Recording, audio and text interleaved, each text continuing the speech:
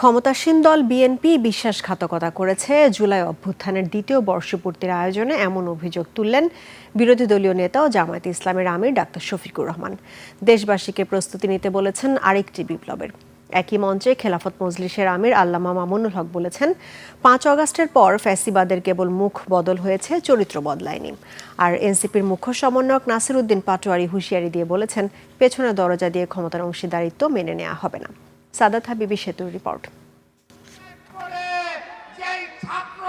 জুলাই গণঅভ্যুত্থানের দ্বিতীয় বর্ষপূর্তিতে ঢাকা জুড়ে নানা আয়োজন। বায়তুল মোকাররমের দক্ষিণ গেটে এই সমাবেশ করে জামাতের নেতৃত্বে থাকা 11 দলীয় জোট।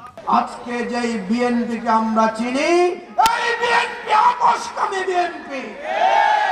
এই মঞ্চ থেকে সবচেয়ে বেশি এসেছে জুলাই সনদের বাস্তবায়ন এবং নতুন কোনো ফ্যাসিবাদের উত্থান রোধের সংকল্পের কথা। সাম্প্রতিক সময়ে জুলাই সনদ, সংবিধান সংশোধন কিংবা সংস্কার এবং ক্যাম্পাসগুলোতে অস্থিরতার ইস্যুতে বক্তব্য এসেছে। অভিযোগ, এখনও ক্ষমতা ফ্যাসিবাদী চরিত্র ছাড়তে পারেনি।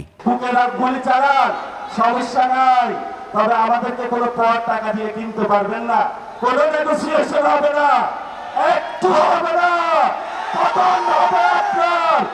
আবার নতুন করে যেই ফ্যাসিবাদ জেগে বসার চেষ্টা করছে, স্পষ্ট বার্তা দিতে চাই, যদি জালিমের হাত, জুলুমের হাত গুটিয়ে নামো, আমরা সব ভেঙে গুড়িয়ে দেব ইনশাআল্লাহ। বক্তব্যে জামাতের আমির ডাক্তার শফিকুর রহমান দেশের শিক্ষাঙ্গনে আবারও গণরুম, গেস্টরুম সংস্কৃতির মতো নিপীড়ন ফিরে আসার আশঙ্কায় তীব্র ক্ষোভ প্রকাশ করেন। তার অভিযোগ, বিশ্বাসঘাতকতার। মাত্র 5 মাসের ভিতরে জনগণের সাথে এত বিশ্বাসঘাতকতা করলেন।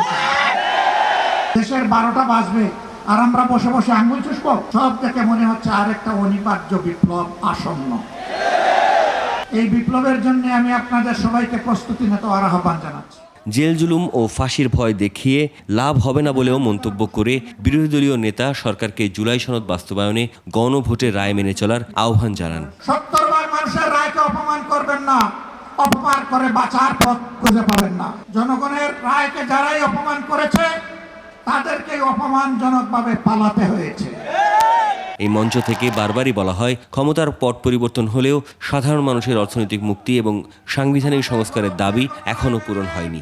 আর দাবি আদায়ে রাজপথের আন্দোলন তীব্র করার হুঁশিয়ারি দিয়ে রাখলেন তারা। সব যেন চুনাবালিতে হারিয়ে যাচ্ছে। সাদাত হাবিবি সেতু, 21 টেলিভিশন, ঢাকা।